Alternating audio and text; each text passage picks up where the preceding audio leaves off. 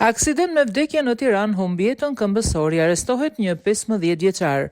Një 15 vjeçar u arrestua në Tiranë pasi dyshohet se ka aksidentuar për vdekje këmbësorin me iniciale SV. Viktima 82 vjeç po lëvizte me biçikletë në zonën e Yrshek, kur është përplasur nga i mituri. Specialistët e qarkullimit rrugor bën arrestimin e shtetasit të mitur 15 vjeç pasi në Yrshek, ditën e sotme me rreth orës 14:40, dyshohet se duke drejtuar një automjet të familjarëve të tij, ka aksidentuar shtetasin SV 82 vjeç, i cili po lëvizte me biçikletë.